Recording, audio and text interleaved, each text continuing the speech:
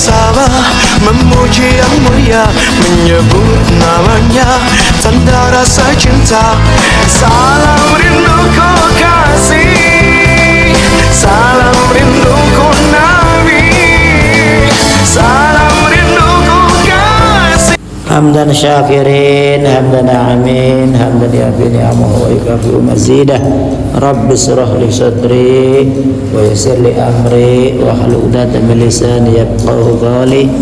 Ilahi anta maqsudi wa ridhoka matlubi, a'tini mahabbataka wa ma'rifatak. Puja puji syukur alhamdulillah bahwa pada enjing puniki kula kali panjenengan sami kabeh dipun paringi Allah Subhanahu wa taala kewarasan, kesehatan, keberkahan, kekuatan iman lan Islam sehingga saged hadir saged dugi tadang undanganipun Allah Subhanahu wa taala yaiku sareng-sareng lapai salat subuh berjamaah. Mudah-mudahan niat lan ibadah kula kali panjenengan sami kabeh baik ibadah salat subuh berjamaah, ibadah zikirane, i'tikaf, taklime, tahlile dan ibadah-ibadah sanese muga-muga dipun tampilan dipun ridhoni datang Allah Subhanahu wa taala. Amin amin ya rabbal alamin. Para saudara, para rawuh, para jamaah ingkang dipun mulyakaken datang Allah Subhanahu wa taala. Satu ketika pernah sahabat Rasulullah minta nasihat kepada Rasulullah supaya bahagia di dalam hidupnya, tenang, nyaman, tentrem, ya, dijauhkan dari penyakit dan malah bahaya. Intinya tenang, ibadah supaya bekal. Maka minta nasihat kepada Rasulullah. Ya Rasulullah, berilah nasihat kepadaku yang dengan nasihat ini aku tidak akan minta nasihat lagi. Maka disampaikan oleh Rasulullah, la takdum, aja nyewok, jangan marah. Kemudian apa lagi ya Rasulullah? La takdum, jangan marah, aja nyewok. Sampai 3 kali. Saking penasarannya sahabat ini, ya Rasulullah apa lagi? Ya, selain itu apa lagi? La takdub, jangan marah, aja nyewok. Sampai 3 kali sahabat ini diberikan nasihat oleh Rasulullah, ya, agar supaya hidupnya tenang, nyaman, tentram, ya, selamat dunia akhirat. Maka yang paling utama, ya, disampaikan nasihatnya 3-tiganya itu adalah jangan marah. Kenapa kita diperintahkan oleh Rasulullah untuk jangan marah? Ya, diperintahkan agama, diperintahkan oleh Allah Subhanahu wa taala untuk tidak marah. Karena marah ini adalah sumber segala macam bahaya. Ketika seseorang sudah marah, maka seluruh jiwanya, seluruh pikiran, hatinya, ya, badannya semuanya dikuasai oleh hawa nafsu. Yang pada akhirnya setelah marah, entas nyewot kah, kone menyesal. Oh, lagi marah, banting HP dibanting, kubrak, biji diperahak aja, apa gelas dibanting, piring dipecahkan, lawang, bro. Wah, arang gak nyewot, ya. Bukan hanya sekedar itu, mencelakai orang yang dimarahan, sampai dikepung di, wah, wis macam-macam. Arah negara lagi marah, lagi dikuasai ning setan, lagi dikuasai hawa nafsu. Ya. Karena ketika seseorang sudah marah, maka akal sehatnya ini sudah kalah. Dia sudah dikuasai sepenuhnya oleh sifat marah mau, oleh hawa nafsu. Dari bagian parak-parakan ke suara itu antek-panteng. Padahal parak-parakan, suara gede-gedean, tukaran sih. Padahal parak, ngomong pelan gak bisa. Cuman karena akal sehatnya wis kalah ning hawa nafsu. Sehingga apa? Sehingga wis ketok-ketokan, keras-kerasan. Wis karuan mengkonon, ya, Sekarang suaranya anteng-antengan, keras-kerasan, bakal mesti kuasai marah, mencilak-mencilakan. Padahal makatan orang mencilak, tapi ngotot, suaranya keras, ngotot, emosi, bahkan melakukan anarkis. Bahkan tidak sedikit ya orang yang kalau sudah marah penuh dendam, akhirnya melaporkan ke pihak yang berwajib, tidak bisa diselesaikan dengan kekeluargaan, pokoknya sampai mati digarpan bakal tak tangap loh, digarpan tak kotak maafakan, saking penuh dendam gitu. Padahal semua itu adalah hadirin jamaah yang dimuliakan oleh Allah Subhanahu wa taala. Ketika kita marah itu hanya program pikiran kita saja. Kita terlalu memperturuti emosi kita, memperturuti gejolak kita, yang pada akhirnya nanti setelah semuanya adem kita nyesel dewek. Bakal peragat nyesel dewek tuh, aduh, apa itu ku larang-larang ya tak banti, piring tuh ku larang-larang tak pecah-pecah hakum, lawang semuanya bener tadi rusak, jendela kacanya semuanya bener tadi dipecahi, gara-gara nuruti hawa nafsu. Maka di dalam Islam ini hadirin jamaah yang dimuliakan oleh Allah Subhanahu wa taala, Islam ya melarang, bukan melarang. Jadi kalau hawa nafsu itu tidak bisa dihilangkan, tapi harus dikendalikan. Ya, harus dikendalikan. Ketika marah, sadarilah bahwa kita ini dikuasai oleh setan. Siapa yang bisa menyadarkan diri kita adalah diri kita sendiri.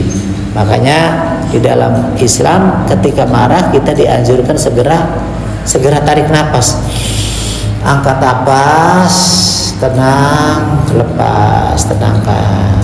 Bakal lagi nyewot kah? Atau kadang-kadang lagi nyewot tinggal bagus kok kemari dewek. Bakal lagi nyewot, lanangnya nyewot, wadone sing tinggal mana? Wis mendidingin lah, mentudingin, ngalah. Wadone sing nyewot, lanangnya sing ninggalaken mentudingin. Keluar dari zona itu. Ya, sebab di zona itu, di tempat itu ketika dikuasai setan, maka dua-duanya terus akan saling pencengkerengan. Jadi kudu salah satu yang mengalah ya. Kemudian apa? Kita berusaha tenangkan diri kita dengan air wudhu. Bila perlu kalau sempat kita punya wudhu dikosok ya, buka diademakan. Pokoknya ambil tindakan yang membuat kita jangan sampai kita terangkap dalam bujuk rayu setan. Jadi kita harus menyadari semua itu. Lah maka hadirin jamaah yang dimuliakan oleh Allah Subhanahu wa taala. Jadi ya, Allah Subhanahu wa taala pun sudah mengingatkan kepada kita semua ya, di dalam Al-Qur'an. Bismillahirrahmanirrahim. Ya, dalam Al-Quran Allah Subhanahu wa taala sudah mengingatkan di dalam surat Al-Jasiyah ya. Di dalam surat Al-Jasiyah ayat berapa itu? 27. Al-Jasiyah ayat 27. Ya. Di mana Allah Subhanahu wa taala memperingatkan kepada kita semua agar hendaknya kita ini berhati-hati. Hendaknya berhati-hati di dalam mengalungi kehidupan, di dalam menjalani kehidupan ya. Aja sampai kulaki keduhung tinembung ningguri. Akibat apa? Akibat kita sering lalai. Akibat kita lalai terlalu memperturuti hawa nafsu kita, yang pada akhirnya dengan hawa nafsu itu kita akan menjadi penyesalan di kemudian hari yang berkepanjangan. Berapa banyak orang yang berturut di hawa nafsu sehingga akhirnya apa? Sehingga anak jadi cedera, anak jadi meninggal, anak jadi meninggalkan rumah. Gara-gara apa? Gara-gara memperturuti hawa nafsu kita. Nah, maka Allah sampaikan di dalam Al-Qur'an, afara'aita man ittakhadha ilahahu hawahu wa dhallahu فأضله الله على علمه وختم على سمعه وقلبه وجعل على بصره غشاوة ومن يهديه من بعد الله أفلا تذكرون. Cara Gusti Allah datang Al-Quran, afara'aita man ittakhadha, maka pernahkah kamu melihat orang-orang yang menjadikan hawa nafsunya ilahahu sebagai Tuhannya. Hawa nafsu ini sebagai Tuhan, memperturuti hawa nafsu ya. Kari perintah Gusti Allah yang diabeakan, tapi hawa nafsu dijadikan Tuhan, dijadikan raja, dijadikan supirnya. Sehingga apa? Sehingga dia menjadi terbelak-belok, terseak-seak oleh hawa nafsunya sendiri. Afara'aita man ittakhadha ilahahu hawahu wa adallahu Allahu ala ilm. Maka pernahkah kamu melihat orang yang menjadikan hawa nafsunya sebagai Tuhannya dan Allah membiarkan sesat dengan sepengetahuannya. Allah biarkan sesat dengan sepengetahuannya karena dia tidak menyadari. Wa khatama ala samihi wa qalbihi wa ja'ala ala basari. Dan Allah telah mengunci pendengaran. Ya, pendengarane wis dikunci, atine dikunci, serta meletakkan tutup atas penglihatannya. Ya, ditutup matanya. Ya, ditutup matanya. Wa ja'ala ala basarihi syawah, ditutup matanya. Wa may yahdihi min ba'dillahi afala tadhakkarun. Maka jadi Gusti Allah, maka siapa yang mampu memberikan petunjuk setelah Allah membiarkannya sesat, mengapa kamu tidak mengambil pelajaran? Jadi hadirin jemaah yang dimuliakan oleh Allah Subhanahu wa taala, hidayah ini adalah urusan Allah Subhanahu wa taala ya. Tetapi upaya kita berusaha bagaimana mendapatkan hidayah itu adalah usaha kita. Kita mendengarkan kajian-kajian Islam, mendengarkan pengajian, mendengarkan ceramah, mendengarkan nasihat, mendengarkan kata-kata orang bijak, siapapun yang kita dengar, baik orang kecil, orang besar, orang biasa. Kalau nasihatnya itu bagus, dengarkan, kemudian praktekkan, kemudian sampaikan kepada yang lain. Maka ini asbab Allah berikan turun hidayah, karena kita mau membuka pikiran kita, membuka hati kita, membuka kolbu kita ya, membuka mata kita, pendengaran kita. Tetapi kalau kitanya menutup, maka hidayah tidak akan masuk. Jangankan kita orang yang biasa ya, bapaknya seorang nabi pun ajar, bapaknya Nabi Ibrahim arane ajar, Allah tidak berikan hidayah, sekalipun anaknya itu adalah seorang nabi, seorang rasul. Kenapa tidak diberikan hidayah? Karena hatinya menutup, pengetahuannya menutup, pikirannya menutup, matanya tertutup, semuanya tertutup.